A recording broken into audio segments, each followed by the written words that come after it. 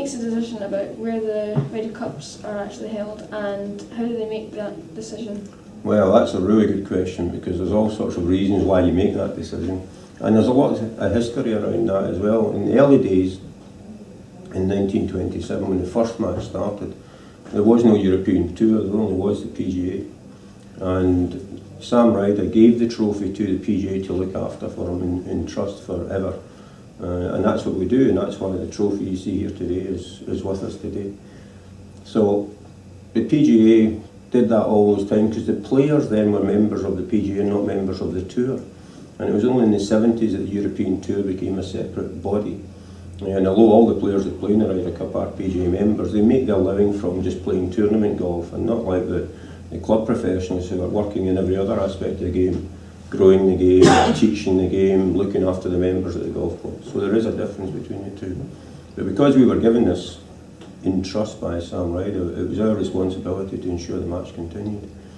But clearly, in the early 90s, it was clear that the players, you can't play the match with younger players. So it was important that we had a good relationship. So we formed a new company called Ryder Cup Europe. And it's now that company that decides where the venue is. Previously, the PGA would have just decided that. And that's the reason why, when you look in the history books, you see 4 matches playing at the Belfry, which was our headquarters and still is our headquarters, and will be for another 75 years. We've got an agreement there for another 75 years. I don't think I'll negotiate the next agreement, but it'd be nice if I could, if medical science can do that for me. So the decision now is made between the Tour and ourselves, and there are many aspects to that decision. Again, we used to look at decisions, like the Belfry decision was based on the fact that they had given us our headquarters there, and therefore part of that agreement was we would give them 2 Ryder Cup matches. And we were due to do that in 81, and the course was so young at the Belfry it wasn't ready to be played, so we moved it to 85 match, and then we played 89 there. So they got their 2 matches, but they were so successful, and we started to win as well, which was a good sign. So we went back in 93 and gave them a 3rd match. And then just after that, and I'd become Chief Executive, we wanted to build our own training school. So we negotiated a deal with the Belfry. If they built our training school, we'd give them 1 more match.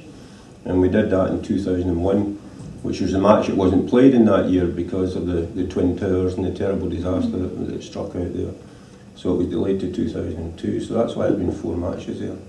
But at that time, we also realised that the great value of the Ryder Cup to countries was huge.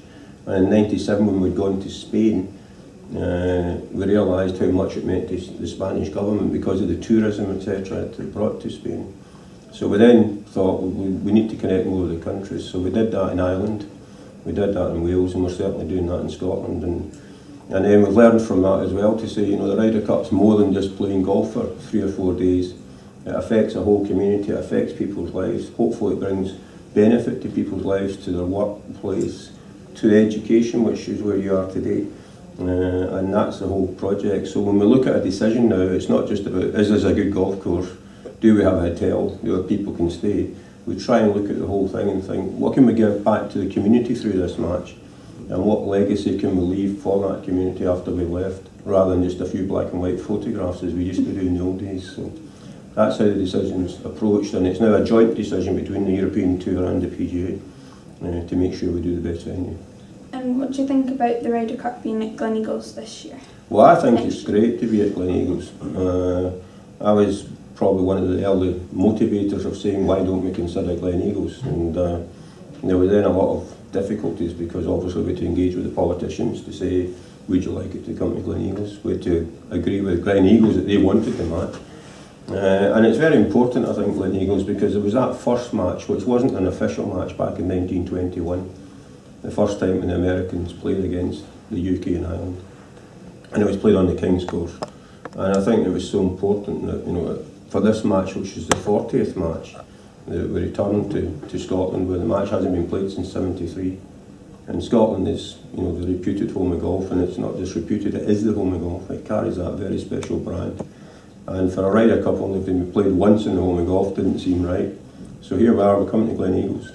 It's right in the heartland of the heart of golf, and it'll be a wonderful, wonderful occasion. And so for me, it's not the trophy returning home, because we didn't have that till 27, but it's the match returning home.